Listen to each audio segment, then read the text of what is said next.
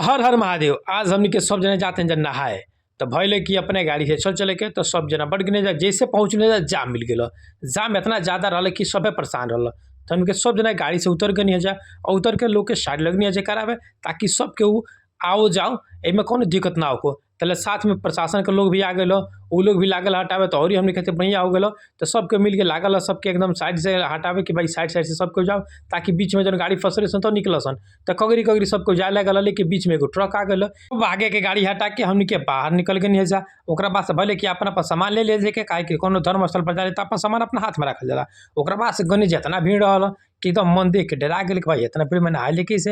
लेकिन ओहि लेखा हम कि चल गए जा, भले कि चल नहा ले। तब हम अपन कपड़ा खोल देनी है। ओकरा बाद गने कि चलो भाई अब हम जाते नहाए। तो अब गंगा जी में कूद गनी तो सब कुछ साथ नहाए लागल। भले कि पानी डुबकी मार ली, काहे कि कहल जाला कि जब गंगा जी में नहा के सब पाप धोआ जाला। तो कहने कि चलो जब पाप पहले के भइल बा उ धो लियल जाए। तब हम गंगा जी में 5 डुबकी मार के अपन पाप धो लेनी। ओकरा बाद से बाहर आ गनी। बाहर आके हम कपड़ा पहन लेनी और देख सकतानी कि कितना भीड़ बा और कितना लोग नहाते थे। तो हम कहने चलो भाई हम तो नहा लेनी, अपन पाप धो लेनी और बोलो जाके कोनो गंगा जी में नहा के अपन पाप धो लीलो। काहे कि हम पाप तो कर लेनी के तब नहा लेनी है। देख सकतानी मंदिर बहुत भव्य बा। इ मंदिर हउए घुरना कुंड के। तो भले कि चले जा गोड़ो लाग ले जा। ओकरा बाद से देखतन कि भक्त के जनसंख्या ज़्यादा बाटे, सब केहू जुटल रहल काहे कि नहा रहल। ओकरा बाद से हमनी के गइनी जा पंडित जी के लगे जाके प्रणाम करनी जा। ओकरा बाद से यहाँ के प्रसाद देनी है, सब जना के हमनी के प्रसाद मिलल। ओकरा बाद से टीका करनी जा। टीका सब जना के भइल पारा पारी।